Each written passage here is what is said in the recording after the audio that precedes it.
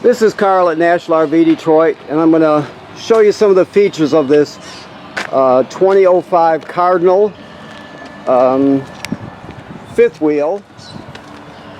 This is not a floor plan video or anything like that. It's just a how-to. Okay, so you have a mechanical awning. This is your cover for your service panel for the refrigerator. You always want this hanging to the outside so that condensation drains out. This is your water heater. Works on both gas and electric. Always make sure there's water in the tank before you turn it on. The drain for the freshwater tank is right here.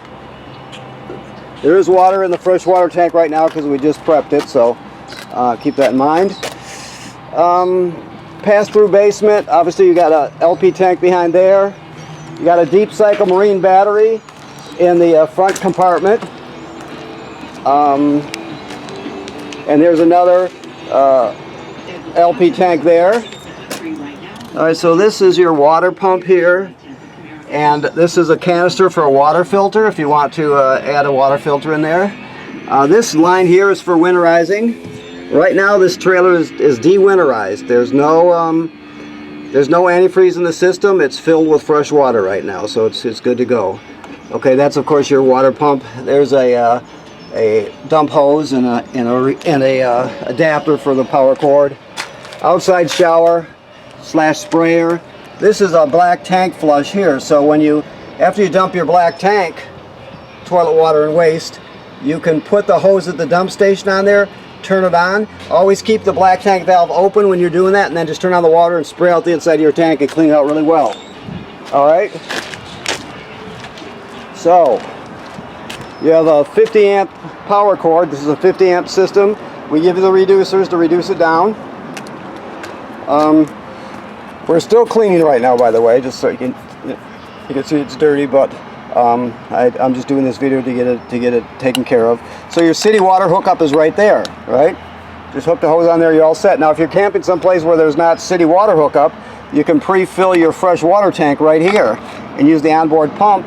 Remember I just showed you the pump up in the front compartment, the front basement. You fill it up here, then turn on the pump, and the whole plumbing will work as if you had city water, even though you're pumping from the tank. So you got a ladder, so it's easy to inspect your roof. Okay, so let's go inside here. This right here is the kill switch for the battery. You can shut it off right there if you choose to. Okay.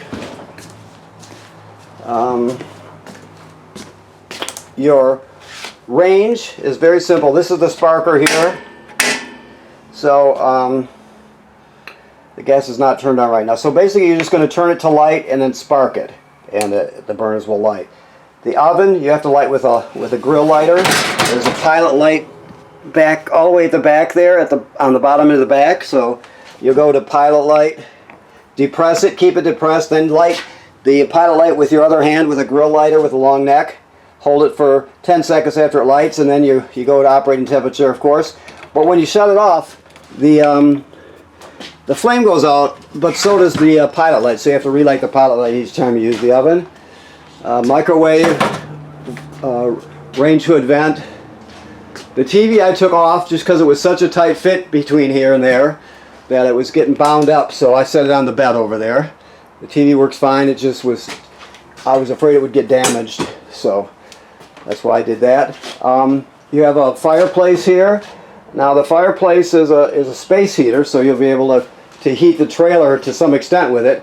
So on those days where you don't have, you've got limited supply of LP, obviously, you just have 2 tanks, so some of the mornings and evenings when it's not real cold out, you can just take the chill out with this space heater, and it saves you a lot of LP.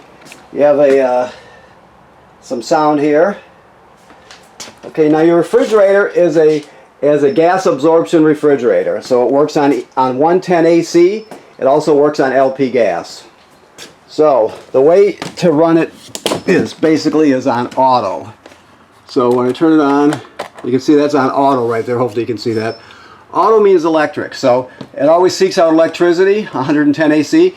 If it can't find it, it'll automatically switch over to gas. That's why it's called auto. A better way to illustrate it is if you're leaving to go on a day-long adventure on a hot summer day, you're running this off of campground power, but soon after you leave there's a power failure at the campground. Well, it'll sense that and it'll automatically switch it over to gas so you can so you don't spoil your food. So auto's the way to go. You can dedicate it to gas by going like that, but if you just choose auto, that'll get you there anyway. Okay. Now the air conditioner and the furnace both work fine, and it's operated from here, cool and furnace, and then of course your thermostat. Always try to keep the fan on auto. That's the best way to run it, which will give you a choice. Now this is just a dummy plug here where it says main slide that was put in at the factory. There's only one button because these are hydraulic slides. So this one switch will control the bedroom and the main area slide. It'll send this one out first, then the next one. So keep in mind there's just one switch for that. You have lights here. You can turn your water heater on gas right there. Okay, and a light. Your water pump is right here. Okay. And you have heating pads on your tank, so that's right there. You can check your levels, batteries charged. Fresh water has water in it because we've been prepping it, but your tanks are all empty, right? It graduates up in 1/3 increments. That works good. You have a shower and a toilet. The thing about the RV toilet is you never run it dry, so you have to put chemical in it in the bowl and then flush it.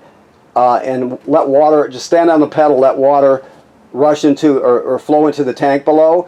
And you put about a gallon or so in there. Some people use more, it's up to you. But you have to have water and chemical in the toilet before you start using it. Otherwise the smell will be overwhelming and it can get clogged up.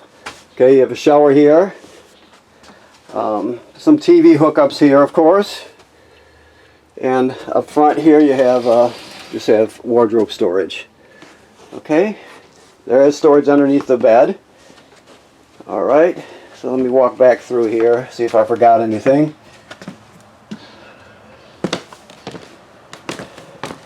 The heat comes out of the floor vents, the AC comes out of the ceiling vents. Okay, your keys are right here. We're still cleaning it up for you. Okay, alright, I want to thank you for purchasing your trailer here at National RV Detroit. Keep in mind right now this trailer is not winterized. There's water in the system, so it's ready for the summer. Okay? Thank you.